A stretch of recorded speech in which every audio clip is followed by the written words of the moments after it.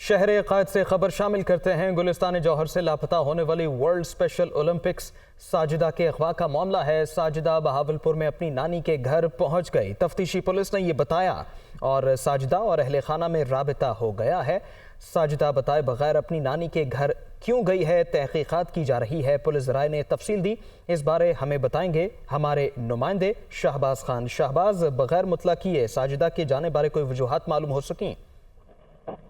جی بالکل، گلستان جوہر کا علاقہ ہے جہاں پہ گلستان جوہر تھانے میں 31 مارچ میں ایک FIR درج ہوئی تھی۔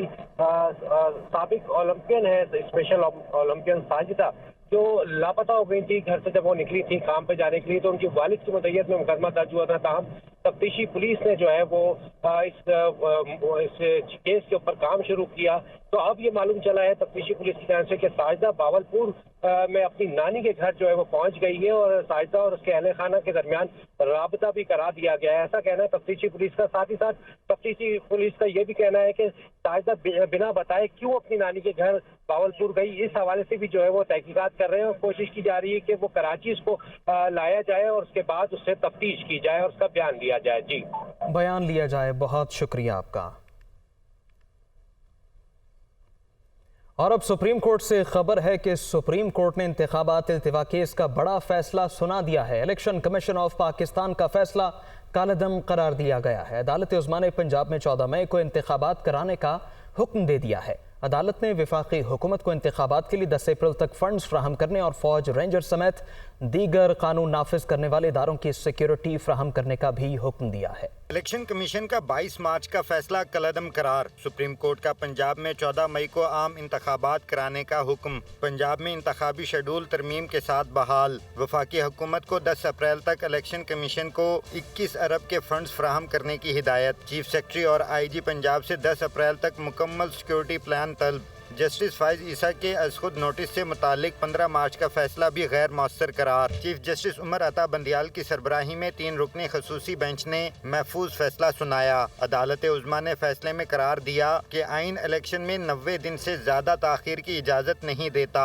الیکشن کمیشن نے 22 مارچ کو غیر قانونی حکم جاری کیا۔ عدالتی حکم میں کہا گیا ہے کہ الیکشن کمیشن 11 اپریل کو فنڈز وصولی کی رپورٹ عدالت میں جمع کرائے۔ اگر وفاق اور پنجاب کی نگران حکومت معاونت نہ کرے تو الیکشن کمیشن سپریم کورٹ کو آگاہ کرے گا، جس کے بعد مناسب فیصلہ جاری کیا جائے گا۔ سپریم کورٹ نے فیصلے میں انتخابی شیڈول بھی دے دیا، جس کے مطابق کاغذات نامزدگی 10 اپریل تک جمع کرائے جائیں گے۔ اپیل کے لیے آخری تاریخ 17 اپریل تک ہوگی، جبکہ اپیلوں پر نظر ثانی 18 اپریل تک ہوگی۔ امیدواروں کی حتمی فہرست 19 اپریل کو جاری ہوگی، جبکہ انتخابی نشانات 20 اپریل کو جاری کیے جائیں گے۔ سپریم کورٹ نے مختصر تحریری فیصلے میں انتخابات کے منصفانہ اور شفاف انعقاد کو یقینی بنانے کا حکم دیا ہے۔